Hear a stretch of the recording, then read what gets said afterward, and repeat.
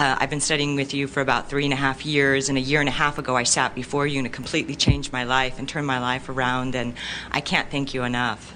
It is all about your asking and letting it in. Right, Yes. right. Yes, indeed. I actually have 2 questions, and it's more just fine-tuning questions. One is actually about my cat. I have so much fun sort of breaking the rules, if you will. A year and a half. Oh, really? A year and a half ago, I told you, I don't know if you recall, I was diagnosed with terminal cancer, and I only had 2 years to live, and I just refused all Western medicine and went into meditation and connecting with the inner being and healed myself in 8 months when all my doctors said that was impossible, and I kept going back for tests, no cancer to be found. They said it's not going to last. It's lasted. That was 6 years ago now, and so now that has become a lot of fun to me.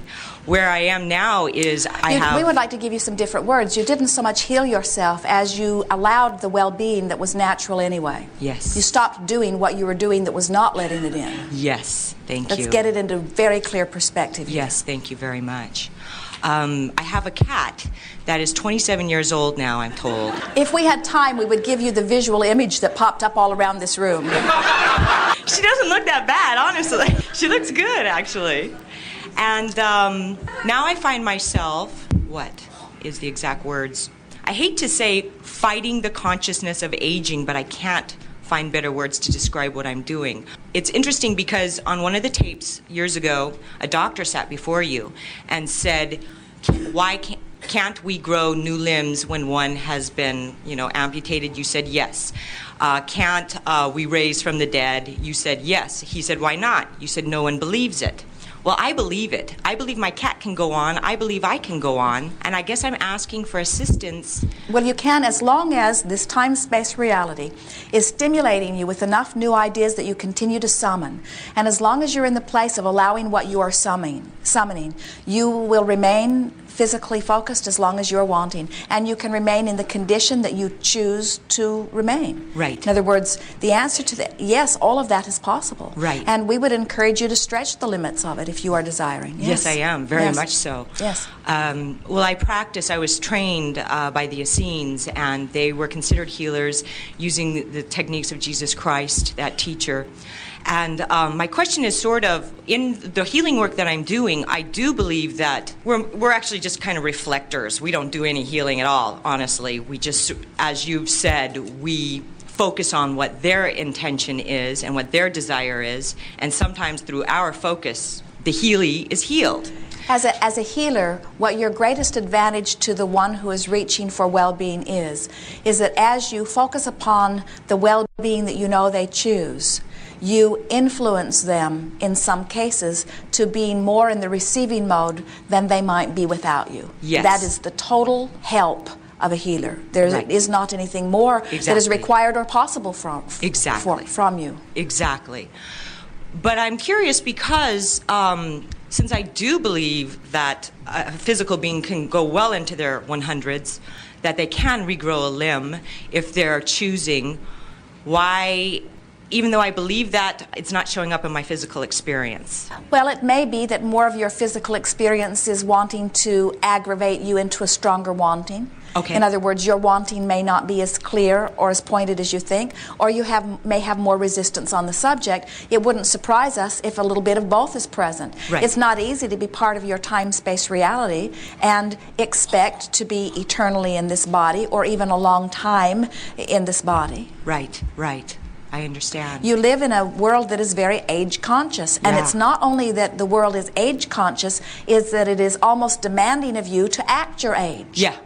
And so when someone says to you, how old are you? Immediately they want to then begin to conjure all kinds of other things around you. The comedians are very adept at helping to paint images of all of that. And so many of you are influenced to that. And so it is the process of little by little releasing those images. If we were standing in your physical shoes and we were serious as you are about wanting to remain ageless in a body that is pleasing you and in a life experience that continues to please you, we would pick an age, any age that you have ever lived or that you might still be approaching. You get to choose the optimum age, and we would fixate on it and we would claim it for our own. Great. And in the same way that you might have an outdated address on your driver's license. Just accept that there is an incorrect birth date on your driver's license, and don't let it be any big thing. Let age be a non-issue. Well, I always tell people that. Oh, that my driver's license is wrong. I'm not that old. Well, what we're getting at here is that while there is fun around it, we do not feel that any of you are really believing that you are ageless or timeless. Right. And we are wanting you to know that you can be, because the source energy is responding to you. Your resiliency, everything about decline is about pinching off of energy. None of it is about moving through time. And the reason that it is so common that people tend to decline as they move through time is they pick up more things to worry about and more things to push against as they move through time. Yes. But it does not need to be that way. Yes, I understand. And so my beliefs shifting in this way, am I influencing my cat, my own vortex? Is that influencing my cat for her? Actually, the cat had the idea first. You picked it up second. That's great. I love that. Just because another spiritualist told me this cat is your greatest teacher. And for some reason it resonated.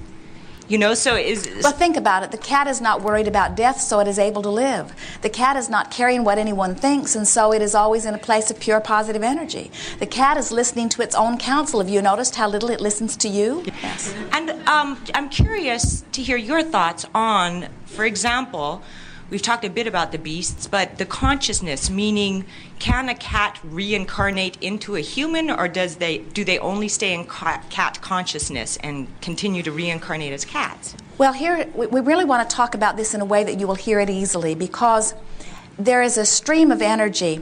It sometimes gets a little uncomfortable, because what we're going to say next is going to make physical humans worry that they might not have some cat energy in them already. But the thing that we want you to realize it is all consciousness. And this consciousness sometimes focuses in humans, sometimes focuses in cat, and all of it adds to the consciousness and the experience of the whole. And while it may surprise you, in other words, as you are in this physical body, you are a woman, you can be a mother, you can be a sister, you can be a lover, you can be a tennis champion, you can be an accountant, but you are rarely all of those things at the same time, where from your broader non-physical perspective, you are many things all at the same time. Yes. And so, yes, the consciousness that you know, here's an easier way to say it. Sometimes physical friends will have an animal that is particularly dear to them.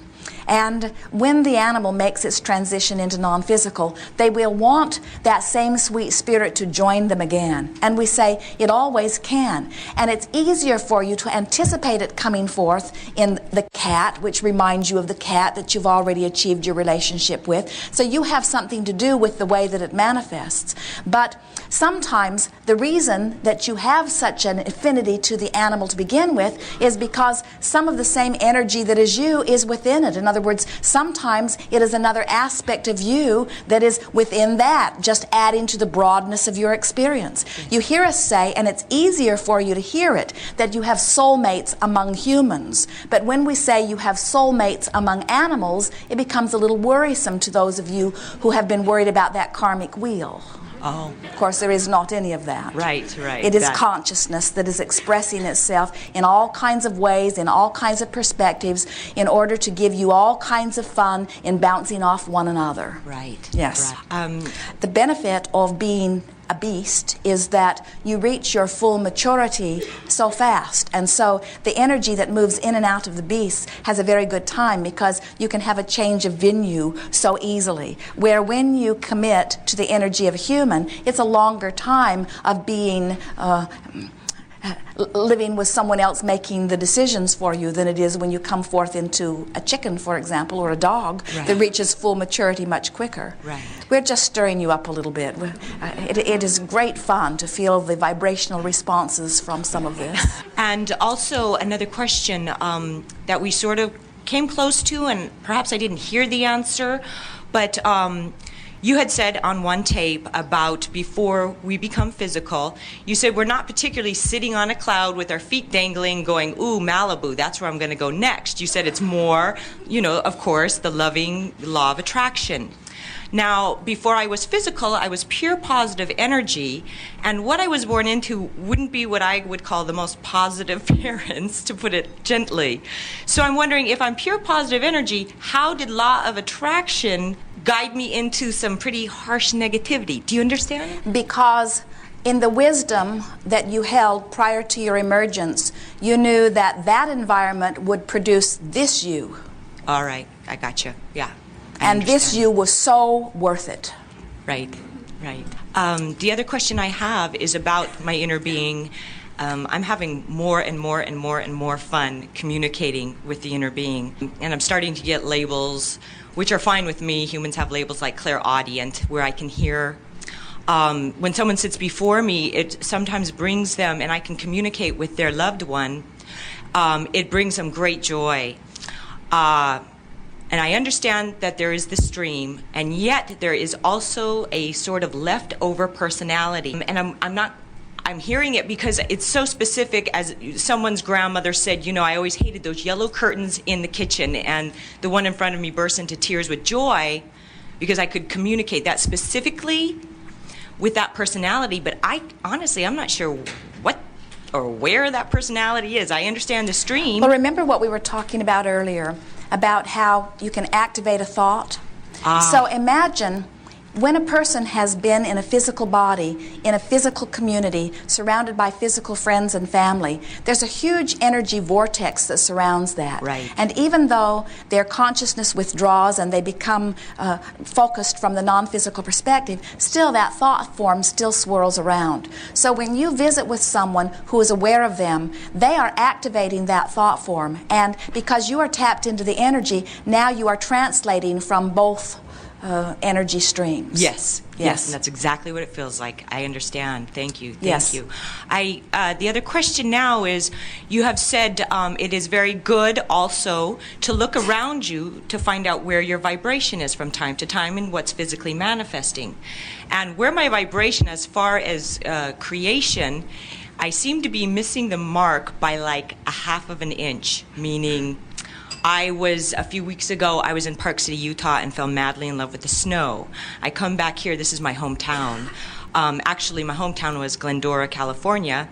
I live here in Burbank now, and I asked you specifically on a Tuesday. I spoke with Abraham, you guys, and said, how about some snow here? A week later, exactly a week later, the jet stream changed that was not forecasted, and then it was pulling Arctic air down, and it snowed. But it didn't snow where I live now. It snowed in my hometown. I missed it by that much. I was very specific about a new car that I wanted. I went to the dealership. I was doing all of the, procedures.